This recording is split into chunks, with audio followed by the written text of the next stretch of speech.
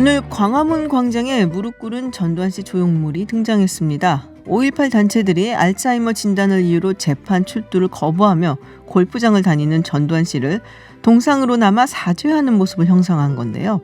참고로 전 씨는 40년 전 12.12 사태의 주역인 하나회 멤버들과 오늘 서울 강남에서 1인당 20만 원에 달하는 고급 오찬을 했다고 전해지고 있습니다. 그런데 40년 전 오늘 전두환 씨와 함께 신군부 세력으로 반란을 일으킨 노태우 전 대통령은 전 씨와 전혀 다른 행보를 보여주고 있죠. 오랜 투병 생활로 요양 중인 노 전 대통령을 대신해 아들 재헌 씨가 2차례나 광주를 찾아 5.18 유가족에 사죄를 했는데요. 역사 앞에 부끄러움을 아는 그리고 또 모르는 두 전직 대통령을 국민들은 어떻게 바라보고 있을까요? 김지윤의 이브닝쇼 시작합니다. 네, 서울타임즈 시간입니다. 오마이뉴스 박정호 기자 그리고 프레시안의 곽재훈 기자 나오셨습니다. 어서 오세요. 네, 안녕하세요. 안녕하세요. 네, 뭐 기념하는 건가요? 좀 기분이 안 좋은데요. 네, 오찬을 20만 원짜리 강남 한 식당에서 한 식당에서 고급 식사를 했다. 전 재산이 29만 원 아니었나요? 뭐 본인이 내지 않았다고 얘기를 하겠죠. 그렇게 되면은 날짜도 상당히 좀 문제입니다만 같이 네. 오찬을 한 그 멤버를 봐도 뭐 정호용 전 특전사령관 이런 분들하고 같이 식사를 했다는 게 누가 봐도 12.12 기념 오찬이라고밖에 이름을 붙일 수밖에 없는 것 같아요. 네, 뭐 할 말은 많지만 하지 않겠다라는 걸로 접고 넘어가도록 하겠습니다. 네, 어제부터 임시국회가 사실 열린 건데 본회의는 아직 열리지 않고 있단 말이에요. 네, 내일은 열릴까요? 어떻게 될 것 같습니까? 네, 내일 열릴 가능성이 큽니다. 네네. 사실 제가 여기 들어오기 전까지만 해도 문희상 의장하고 여야 3당 원내대표들이 만난다. 네. 5시 5시 반에 만날 예정이다 이렇게 알려졌었는데 신재철 한국당 원내대표가 지금 불참한 걸로 알려지고 있어요. 네.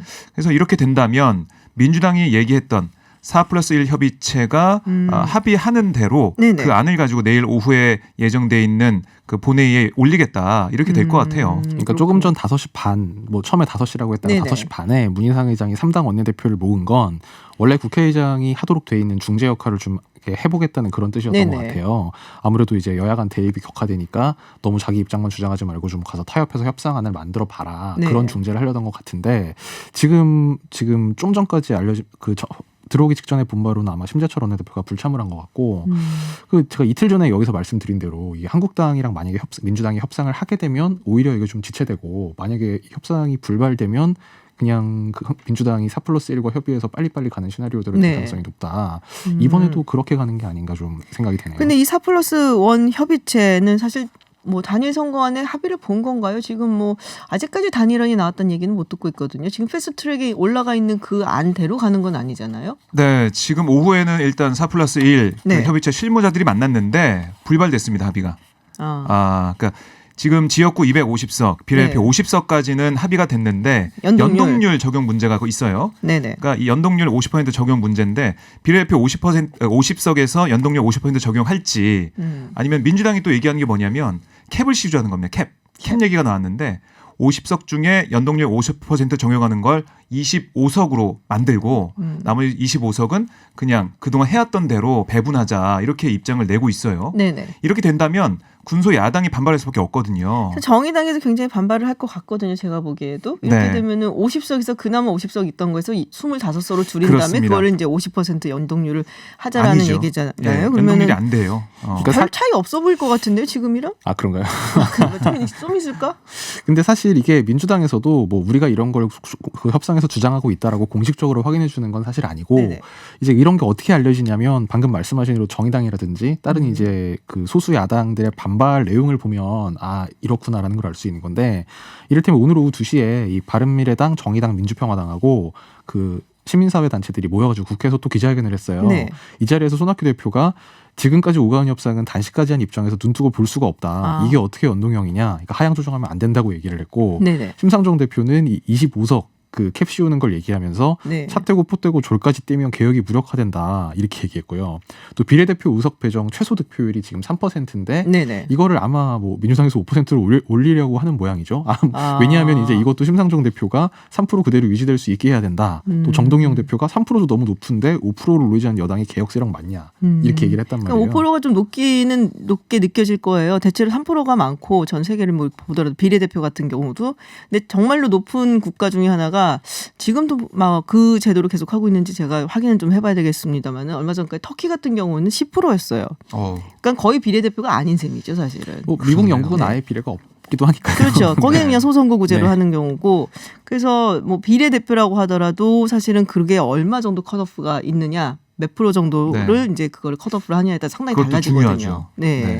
뭐 어쨌든 4+1은 일단 실무회동에선 결론이 안 났고 저녁에 다시 원내대표급 회동을 한다고 네, 하니까 여기서 만약에 결론이 나면 내일 그 협상 결과를 가지고 본회의를 하게 될 것 같습니다. 그래서 답답한 게 한국당 같은 경우는 어떻게 보면 민주당하고 많이 달라 보이진 않거든요. 물론 이제 한국당이 더 연동률을 더 낮추자 이야기를 하고는 있지만은 뭐 어느 정도 선에서 타협을 보고선 할 수도 있을 것 같은데 이렇게 계속 거부를 하고 있다면은 이게 득이 될까 싶은 생각이 들거든요. 그러니까 심재철 원내대표가 이런 얘기를 했어요. 오늘 의총에서 네. 4+1 협의체를 해체해야지만 협상할 수 있다. 또 이런 또 조건을 걸었단 말이죠. 정확히는 국정농단을 자행한 불법 집단을 해체하고 이런 표현을 썼습니다. 네, 센 표현을 썼는데 네네. 그러니까 이걸 주장하고 있어서 이게 현실성이 없잖아요. 네. 그런 것도 있고 만약에 이 4+1 협의체에서 이 선거제 개혁안이 합의가 안 된다.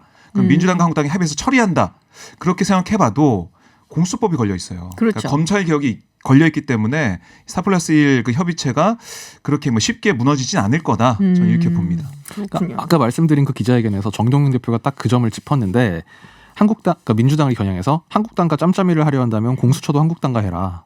선거제도 훼손한 공수처 검경수사권 있을 수 없다. 상대는 나랑 해라 뭐 이건가요? 그렇죠. 아. 한국당이랑 하려면 해봐라. 근데 한국당이 공수처 해주겠느냐? 뭐 이 얘기를 좀 이제 지적을 한 겁니다. 그렇군요. 근데 한국당 입장에서는 지금 예산안을 일반 강행 처리를 당한 입장에서 네. 지금 협상을 하는 것도 사실 지지층으로부터 상당히 욕을 많이 먹게 될 수밖에 없거든요. 네. 뭐 정말 이러지도 저러지도 못하는 상황인 것 같아요. 네. 그러니까 나를 밟고 가라라고 플래카드까지 그렇죠. 펼쳤잖아요. 네네. 근데 그러는 와중에 협상을 해서 공수처는 우리가 받기로 했습니다. 선거제는 우리 입장대로 합니다. 이렇게 할 수도 없기 때문에. 그거는 홍준표 대표 전 대표가 하자는 거였잖아요. 그렇죠. 네. 그렇네요. 예. 네, 알겠습니다. 뭐 내일 본회의가 열린다고 예상들을 하고 계시니까 뭐 어떻게 될지 한번 좀 두고 봐야 될 것 같고요. 엊그제 그 예산안 통과 직후에 문희상 국회의장을 항의 방문했었거든요. 자유한국당 의원들이. 네. 근데 그 당시에 뭔가 해프닝이 있었다라는 얘기가 있습니다. 잠시 당시의 목소리 좀 들어보시죠. 총 가져와 총. 총이야 총. 무섭다. 정말 이거는 있을 수 없는 일이야. 저리면 찬다니까. 본인들 물량이 선대지 마. 이게 개인 물량이가 지금 완전 나방이라네. 네, 이게 JTBC 뉴스룸 오디오였는데요. 자유한국당 의원들이 의장실 경호원이 권총을 차고 또 네. 방탄 가방을 들고 있다, 있을 수 없다라고 주장을 했는데, 근데 제가 사실 궁금한 거는 국회의장이 국가의전 서열 2위거든요. 대통령 다음이죠. 네, 네. 그럼 경호가 좀 붙지 않나요, 원래? 붙습니다. 그러니까 이게 경찰 공무원법 그리고 네. 경찰 직무집행법에 근거로 해서 경호원들이 무기를 휴대한 거예요. 그리고 뭐 이렇게 경호를 계속 펼치고 있는 거고 경찰에서 파견 나와서. 근데 왜 그러는 거예요? 그러니까 그 당시에 그 한국당 의원들이 봤을 때 뭐든지 어쨌든 하나씩 건지고 싶은 그런 욕망이 있었던 것 같은데요. 그러니까 이 총을 차고 있다는 그 자체만으로 보면 뭔가 폭력을 그러니까 뭔가 좀 위중한 상황으로 좀 보이잖아요. 총만 보면 그걸 좀 부각시키려 한 거 아닌지. 그래서 그걸 사진 찍어서 SNS에 올리고 이런 거 아닌지 생각이 좀 들고요. 그러니까 뭐 네. 한국당이 주장하고 싶은 건 우리가 지금 정당한 항의를 하려고 국회의장을 만나려고 하는데 왜 총 들고 맞고 서 있냐? 저쪽에서 그렇죠 권총 천 사람이 와서 막았다. 아. 지금 과잉 대응하고 얘기를 있다. 하고 싶은 건데요. 뭐 네. 이 얘기를 하고 싶은 거죠. 이게 보통 법령은 다 공개가 돼 있는데 이게 아예 비공개돼 있는 경찰청 훈령의 경우 규칙이라는 게 있어요. 야. 거기 보면 국회의장이 경호 대상으로 지정이 돼 있어서 네네. 네. 뭐 그 지정이 그렇게 돼 있고 방금 이제 박종 기자님 말씀하신 법률에 따라서 무기를 휴대하고 경호를 하는 건데 사실 어떻게 보면 그게 당연한 얘기고요. 또 다만 일각에서는 이게 막 그렇게 막 경호원들을 막 밀치고 이런 게 뭐 무기를 뺏으려는 거다, 뭐 너무 이렇게 위험한 행동이다, 막 이런 비난을 하시는 분들도 있는데 사실 한국당 의원 그 연령 이제 그분들한테 권총 그 뺏길 연령대 의원을 말하려고 그랬죠. 죄송합니다.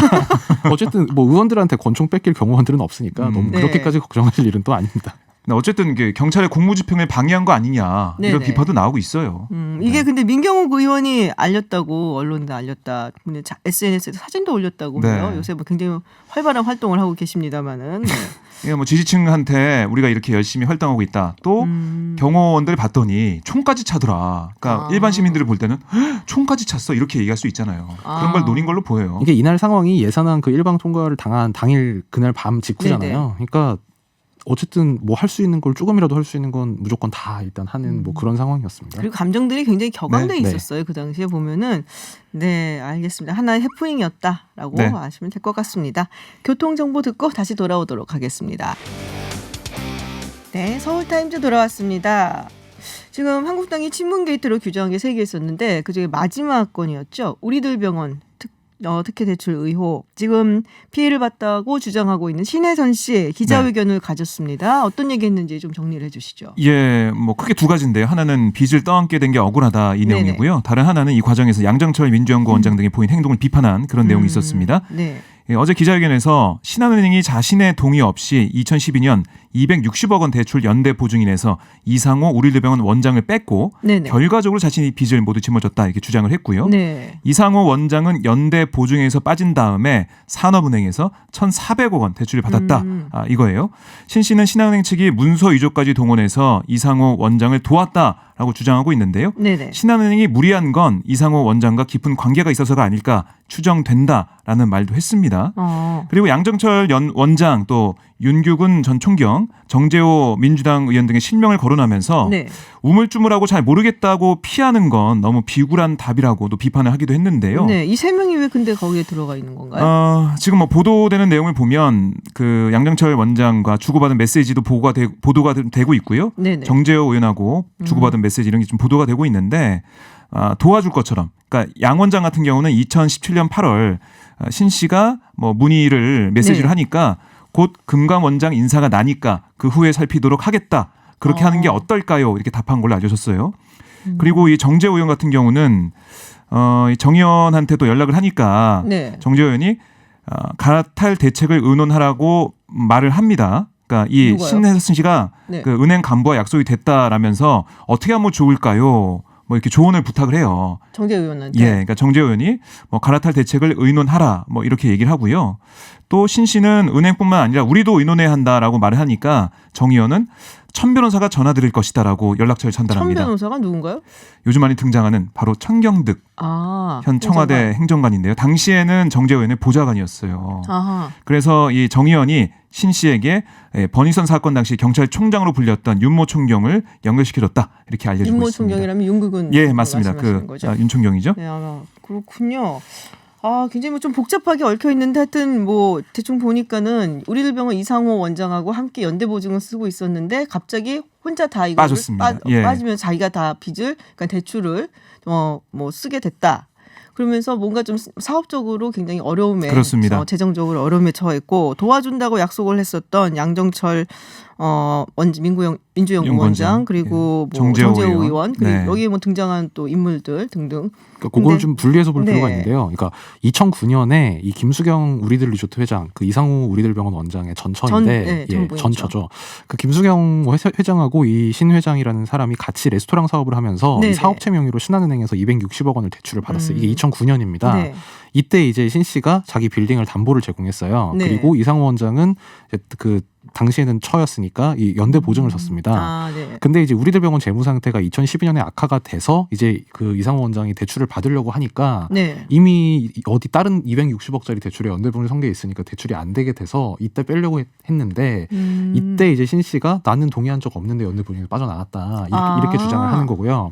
그러니까 이게 한 줄기고 네. 지금 이제 아까 얘기한 뭐 양정철 원장이라든지 뭐 지금 정재우 의원 등이 얽혀 있는 건 이 과정에서 이제 신 씨가 마치 이제 이상호 원장과 김수경 회장을 이제 도와주기 위해서 자기한테 이렇게 접근했다가 결국은 자기를 속였다는 얘기인데 네네. 이 부분은 사실 좀 언론에 나온 것도 약간 조각조각이라서 양쪽 주장을 좀 다 봐야 될 것 같아요. 물론 그 양쪽이라고 해도 뭐 양정철 원장은 뭐 이 부분과 뭐 양정철 원장이나 정재우 의원 이 부분과 관련해서 막 정확하게 해명 기자회견을 하고 이런 건 아닙니다만 네네. 좀 가장 뭐 최대한 선의를 가정해 본다면 뭐 대선 때 좀 도움을 줬던 종교계 영향력이 있는 이 신혜선 씨가요? 그렇죠. 네. 예, 영향력이 있는 분이고 뭐 대선 때 도움을 줬고 뭐 문재인 당시 후보하고도 만난 적이 있다고 하니 네. 뭐 도와달라고 하니까 뭐 최대한 편의를 주려고 했다. 뭐 이렇게 해석할 수도 있고요. 뭐 악기적으로 보자면 그러니까 신혜선 씨 주장대로라면 뭐 정말 의도적으로 속이려고 접근했다. 뭐 그렇게 볼 수도 있는데 그거는 아직 좀 그 사실이 좀 밝혀지는 걸 봐야 될 것 같아요. 그리고서는 이 이상호 씨, 우리들 병원 이상호 씨는 거기 연대보증에서 빠져나온 다음에 그다음에 대출을 받았다는 것이죠. 네, 그렇습니다. 야. 1,400억 원. 1,400억 원을 네. 상당히 많이 받았네요. 이건 어느 은행에서 받았나요? 산업은행입니다. 산업은행에서. 양정철 민주원장이 입장을 내놨다는 얘기가 있는데. 네, 오늘 뭐라고 연합뉴스에 뭐 장문의 문자 메시지를 보냈는데요. 신 씨의 주장에 대한 심경을 밝혔습니다. 한마디로 정리하면 네. 청탁 안 들어줬다고 서운해하는 분이 일방적 주장을 하고 있다. 아. 이렇게 해명을 했어요. 네네. 뭐 이 대선 때 많은 분들이 선거를 열심히 도왔다. 선의로 도운 분들이 다수지만 처음부터 대가를 바라고 도운 분들도 있었을 것이라며 그분들 가운데 대선이 끝나고 외국에 나가 있는 저에게까지 계속 집요하게 자기 민원을 요청하는 분들이 있었다. 이런 얘기를 했어요. 그 시기에는 아마 양정철 민주연구원장이 외국에 있었죠. 그때 네, 뭐 자기는 맞습니다. 모든 걸 내려놓고 떠난다. 그것도 네, 외국에 네. 있었는데 어쨌든 그래도 문자는 보냈네요. 그 당시에도 지금 신혜선 씨 말에 따르면은. 네, 2017년 8월에 네. 메시지를 보냈다는 거고요. 그게 이제 네네. 공개가 돼 있는 상황입니다. 아, 그렇군요. 뭐 이거는 거의 뭐 시작 단계인 것 같아요. 이 사건 이야기가 뭐 어떻게 될지 모르겠지만은 뭐 그냥 이대로 뭐 넘어갈지 흐지부지 되고 어느 쪽 이야기가 네. 맞을지 좀 더 두고 봐야 될 것 같습니다. 네, 전광훈 목사 이야기를 해보겠습니다. 경찰에 자진 출석을 했어요? 예, 정광훈 목사가 지난 10월 광화문에서 열린 보수단체 집회 관련해서 내란 선동 혐의로 혐의가 여러 가지인데요. 네. 일단 여러 여섯 개입니다. 가지예요. 여섯 개. 일단 여섯 개였어요? 예, 그러니까 일단 오늘 소환 통보에 응한 혐의는 집회 시위법 위반입니다. 네. 그 전 목사는 오늘 오전 9시 47분께 종로경찰서에 출석하면서 네. 이 취재진과 만나서 지난 10월 3일 국민대회 관련 조사를 받으러 온 것이다 이렇게 밝혔는데요. 당시 청와대 인근에서 일부 참가자가 폴리스라인 넘은 사건을 내가 배후에서 조종 지휘했는지에 대해서 조사를 받으러 왔다. 네네. 이렇게 얘기하면서 자기는 당시에 이 시위자들한테 불법 시위를 하면 안 된다고 말했다 이렇게 주장을 했습니다. 그렇군요. 그리고 방금 말씀하신 네. 내란 선동 혐의에 대해서는 내가 내란 선동 혐의로 출석하라고 하면 안 하겠다 이 기존 입장을 반복했습니다. 아 그래요? 근데 황교안 대표하고는 상당히 좀 친한 것 같아요. 여러 네. 가지 단식 노하우도 알려준다고 그랬다고. 네. 그러니까 민주당에서 얘기하는 게 뭐냐면 이번 주에 주말 집회를 한국당에서 할 예정입니다. 네네. 거기에 대해서 아니 황교안 대표는 왜 정광훈 목사랑 같이 광화문에 가서 손잡고 한 목소리 내려고 하냐 네. 이런 취재도 비판을 했었거든요. 그때 11월 20일인가 그때 황교안 대표가 단식 시작한 초기였는데 그때 그 박종훈 님도 현장에 계셨습니다만 네. 그 황교안 대표가 태극기 집회 가서 이제 정광훈 목사가 연단에 올라가는 동안 밑에서 이렇게 기다리고 있었어요.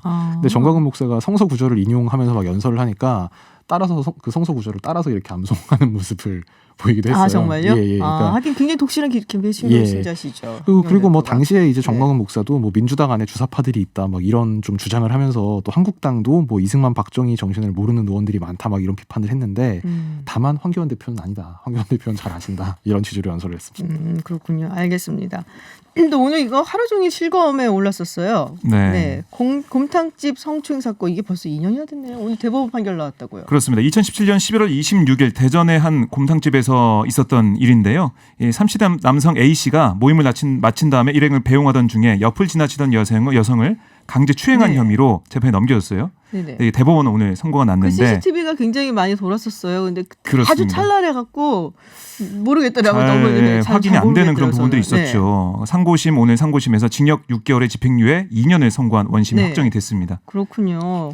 그 법원에서 그러면은 이제 피해자의 진술이 뭐 더 신빙성이 있다. 뭐 이렇게 본 것인가요? 그러니까 그 법정에서 쟁점이 뭐 네. 행위의 고의성, 그다음에 피해자 진술의 뭐 일관성, 또 CCTV 영상이 이게 증거 능력이 어느 정도 있냐 뭐 이런 것들이 쟁점이었는데요.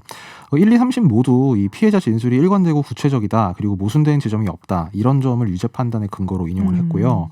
이 피해자 진술과 달리 이 피의자인 A 씨의 진술이 좀 일관되지 못하다. 네네. 이런 점도 재판 과정에서 지적이 됐습니다. 부인이 상당히 반발을 했던 걸로 기억하거든요. 그 네. 당시에도 그랬고. 그 작년에 청와대 국민청원 게시판에 억울하다 이런 사연을 올려가지고요. 33만 명 이상이 서명하면서 전국적인 이슈가 됐고 뭐 시위 같은 것도 있었고요. 그러니까 1심에서 이게 구형량보다 더 많은 그 위중한 네네. 그 판단을 받아가지고 구속이 됐었거든요. 아. 2심에서는 뭐 그 전에 풀려났지만 보석이 됐지만 네네. 그런 것 때문에 많은 남성분들 특히 남성분들이 좀 붕괴하는 화를 많이 내는 그런 일이 있었습니다. 사실 이게 2년 전이긴 발생한 건 2년 전인데 2년 전 발생 시기부터 이 사건이 많이 알려진 사건은 아니었고 네네. 오히려 이제 말씀하신 작년에. 그 과정에 작년, 맞아요. 네. 네. 그래서 이게 또다시 또 젠더 이슈로 가면은 어떡하나 약간 우려가 예. 되긴 하더라고요. 그리고 오늘 그 아내가 다시 또 온라인 커뮤니티에 글을 올려서 네. 억울하다. 이 억울함을 어떻게 토해야 할까요? 뭐 이렇게 얘기하면서 다시 한번 심정을 호소했습니다. 알겠습니다. 네, 국내 뉴스 알아보는 서울타임즈 막 달려왔습니다. 지금까지 프레시안 곽지은 기자 그리고 오마이뉴스 박정호 기자였습니다. 오늘 고맙습니다. 네, 고맙습니다. 감사합니다. 네, 서울타임즈 외신 뉴스 알아보는 시간입니다. 전주현 캐스터와 함께합니다. 어서 오세요. 네, 안녕하세요. 네, 지금 정순범님께서 문자 보내주셨는데요. 남산 1호 터널 지금 뭐 약간 접촉 사고가 있었나 봐요. 그래서 강남 방향 쪽으로 가는 그 방향에 접촉 사고가 있어서 매우 혼잡하다라는 소식 보내오셨습니다. 그럼 해외 소식으로 넘어가도록 하죠. 지금 어제도 이제 얘기를 해봤었는데 유엔 안전보장 이사회 회의 현지 시각 11일 열렸습니다. 네. 얘기가 조금 나오긴 했는데. 뭐 우리가 뭐 생각했었던 입장이 미국에서 나왔죠. 그렇습니다. 북한의 핵 그리고 미사일 프로그램 논의를 위한 공개 회의를 연 건데요. 회의 시작부터 켈리 크래프트 미국 대사가 북한의 도발을 피해야 한다 이렇게 강조했습니다. 네. 북한이 다른 방향으로 가고 있다는 매우 걱정스러운 징후를 보고 있다면서 북한이 올해만 24발 이상의 미사일을 발사했는데 사거리에 관계없이 명백한 유엔 제재 위반이다 이렇게 언급을 했어요. 네네. 그래서 그러면서 북한이 인공위성 또는 대륙간 탄도미사일을 발사할 경우에 안보리가 행동에 나서야 한다 이렇게 촉구했습니다. 미국의 고위 당국자가 공개적으로 북한의 인공위성 또는 대륙간 탄도미사일 발사 재개 가능성을 언급한 건 처음인데요. 하지만 비핵화를 위해서 미국이 유연해질 수 있다 이런 입장도 같이 보였어요. 그래서 북한한테 일방적인 양보를 요구하는 게 아니라 북미가 하나하나 동시에 조치를 취해 나가는 방식이 가능하다 이런 의지를 드러내면서 북한에도 역할을 요구했습니다. 사실 이 이야기를 픽에서 잠시 전해드릴 때 미국 측의 의도 여러 가지 얘기를 하면서 근데 중국하고 러시아가 과연 거기에 잘 따라줄까 네. 얘기를 했었거든요. 근데 아니나 다를까 중국하고 러시아가 좀 다른 얘기를 했죠. 그렇습니다. 중국과 러시아 대사들은 유엔 제재가 북핵 문제를 해결할 수 있는 것은 아니다. 대화를 통한 해결을 모색해야 하고 한반도 상황을 진전시키기 위해서는 유엔 안보리의 대북 제재 결의를 완화해야 한다. 이런 주장을 내놔서 네. 미국과는 좀 다른 입장을 보였는데요. 북한이 그동안 핵실험 또 대륙간 탄도미사일 발사를 중지하는 선의의 조치를 취하지 않았느냐. 그래서 이에 상응하는 당근을 제공해서 북미 협상을 촉진해야 한다. 이게 기존의 입장이었는데 또다시 확인을 해줬습니다. 뭐 다른 상임이사국 영국이나 프랑스도 네. 입장이 다를 것 같아요. 그렇습니다. 주 유엔 프랑스 대사는 절대 대북 제재 해제를 정당화할 상황이 아니다라면서 제재 완화론에 반대하는 입장을 나타냈고요. 주 유엔 영국 대사는 북한을 향해서 아직 늦지 않았다라면서 북한이 추가 도발에 나서지 말 것을 촉구했습니다. 뭐 결론은 다들 예상하시겠지만 그래서 이번 회의에서 추가적인 대북 제재 결의나 특별한 성명은 채택되지 않았습니다. 그러니까 생각보다 프랑스가 굉장히 강경해요. 네, 예, 절대. 마크롱 대통령도 네네. 그랬고 굉장히 강경한 모습을 보여주고 있어서 영국은 오히려 뭐 물론 강경하게 따르긴 하지만은 이제 뭐 말하는 레토릭이나 이런 게 그런 수준은 아닌데 그렇습니다. 네, 프랑스가 상당히 강경하게 나오는데 이번에도 마찬가지로 강경했습니다. 두 번째 소식입니다. 타임지가 올해의 인물 항상 선정을 해 오잖아요. 네. 이번에는 뭐 여러분들 잘 아시는 그레타 툰베리 소녀 환경 운동가죠. 네, 네. 툰베리를 선정했다라는 네. 소식이 들어가 있어요. 역대 최연소래요. 역대 최연소. 타임지가 1927년부터 올해의 인물을 선정해 왔는데 거의 100년 됐네요. 그렇죠. 툰베리가 올해 16살입니다. 네. 그래서 최연소 기록을 세웠고요. 타임이 10대 청소년을 올해의 인물로 지목한 경우도 툰베리가 처음이에요. 뭐 여러 후보들이 오르잖아요. 네네. 근데 그중에 한 명이 올린 것도 10대는 이번이 처음입니다. 아, 왜 선정했냐 이제 이유를 밝혔는데요. 기후 운동과 툰베리는 지구에 대한 막연한 불안감을 전 세계적 변화를 요구하는 세계적인 움직임으로 탈바꿈하는 일에 성공했다라고 얘기를 했고요. 네네. 새로운 세대가 이끄는 시절은 어떤 모습일지 보여주기 위해서 선정을 했다. 종전에는 힘 있는 개인이 세계를 빚어간다는 훌륭한 인물 개념에 기반해서 올해의 인물을 선정해 왔는데 지금은 불평등, 사회적 격변, 정치적 마비 속에 전통적인 유명인들은 대중을 실망시키고 있다. 그런데 이 시점에 툰베리 같은 인물들이 새로운 종류의 영향력을 행사하고 있다. 이런 아주 멋진 설명을 툰베리 잘했어요. 덕분에 네. 사실은 잘 모르는 분들도 네. 그 유엔 총회에서 툰베리가 나왔고 막 화내는 모습 그렇습니다. 계속 나왔잖아요. 내 꿈을 앗아갔다고 화를 네. 냈잖아요. 그래서 그게 굉장히 임팩트가 있기는 네네. 했어요. 뭐지? 그러면서 그러니까요. 그러면서 환경 이슈가 굉장히 요새 세계에서 들끓는 이슈가 됐구나. 네네. 그때 아신 분들도 많아요. 그래서 유럽의회에서 녹색당이 약진하는데도 툰베리 네네. 효과가 컸다라는 분석이 나왔잖아요. 그래서 툰베리의 소감은 상상도 못했던 일인데 감사하고 영광스럽다. 그래서 기후변화 운동에 동참한 모든 분들에게 영광이 돌아가야 할 것 같다. 이런 얘기를 했습니다. 근데 지금도 뭐 어디 참여하고 있다면서요? 스페인 마드리드에서 워낙 칠레에서 열리기로 했는데 네. 기후변화 맞아요. 당사국 총회가 다시 스페인으로 맞아요. 옮겨갔잖아요. 그래서 지금 총회가 열리고 있는데 거기에 참석을 하고 있습니다. 거기에 가서도 연설을 했어요. 세계의 열강들은 늘 허점투성이의 타협에 안주한다. 앞으로 3주 있으면 우리는 새로운 10년에 들어가는데 이 10년이 우리의 미래를 결정한다. 그래서 당장 우리는 어떤 희망의 신호라도 나오길 간절히 바라고 있다라고 해서 박수를 많이 받았다고 합니다.